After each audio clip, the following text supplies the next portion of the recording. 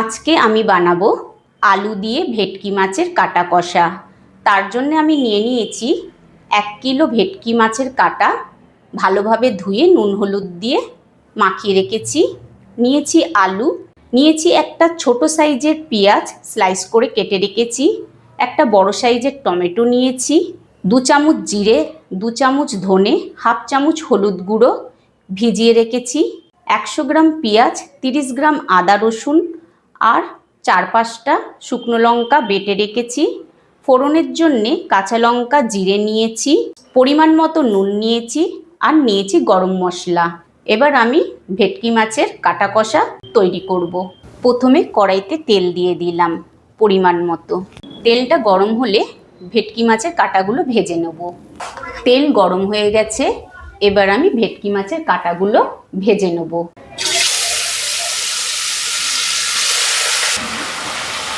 মাছের কাটা এপিট ওপিট করে ভালোভাবে লাল লাল করে ভেজে নেব। মাছের কাটা ভাজা হয়ে গেছে, এবার আমি আলু ভেজে নেব। লাল লাল করে সমস্ত আলু ভেজে নেব। আলু ভাজা হয়ে গেছে, এবার উঠিয়ে নেব। ফোড়নে জিরে আর কাঁচা লঙ্কা দিয়ে দিলাম, স্লাইস করে রাখা পেঁয়াজ দিয়ে দিলাম। পেঁয়াজটা হালকা ব্রাউন করব। পেঁয়াজ ব্রাউন হয়ে গেছে, এবার আমি পেঁয়াজ বাটা, আদা বাটা, রসুন বাটা, লঙ্কা বাটা দিয়ে দিলাম। ভালো করে 5 মিনিট মশলাটা কষাবো। তারপরে জিরে, ধনে, হলুদ দিয়ে দেবো। জলে ভিজিয়ে রেখেছিলাম জিরে, ধনে, হলুদ আর কাশ্মীরি লঙ্কা গুঁড়ো, এবার আমি দিয়ে দেবো।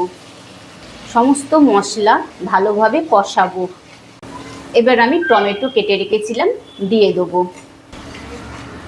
সমস্ত মশলা টমেটো একসঙ্গে ভালোভাবে কষিয়ে নেব। যখন তেল উপরে উঠে আসবে তখন আমার সমস্ত মশলা কষে গেছে। তারপর আমি আলু মাছের কাটা দিয়ে আরও ভালোভাবে কষাবো।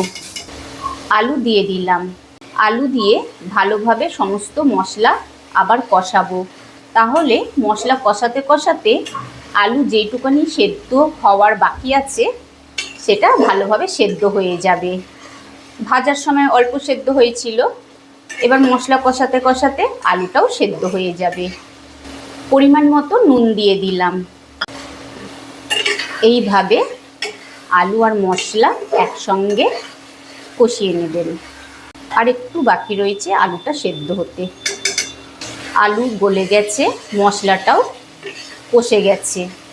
এবার আমি পরিমাণ মতো জল দিয়ে দেবো। হাফ চামচ গুঁড়ো গরম মশলা দিয়ে দিলাম। মশলায় জল দেওয়ার পর গ্রেভিটা দেখুন ফুটছে। এই অবস্থায় আমি সমস্ত মাছের কাটাগুলো দিয়ে দেব। ভালোভাবে নেড়ে নেব। তৈরি হয়ে গেছে ভেটকি মাছের কাটা কষা। এবার আমি ধনেপাতা ছড়িয়ে নামিয়ে নেব। তৈরি করে নিয়েছি ভেটকি মাছের কাটা কষা। এইভাবে আপনারাও বাড়িতে তৈরি করুন, খেতে খুব ভালো লাগবে।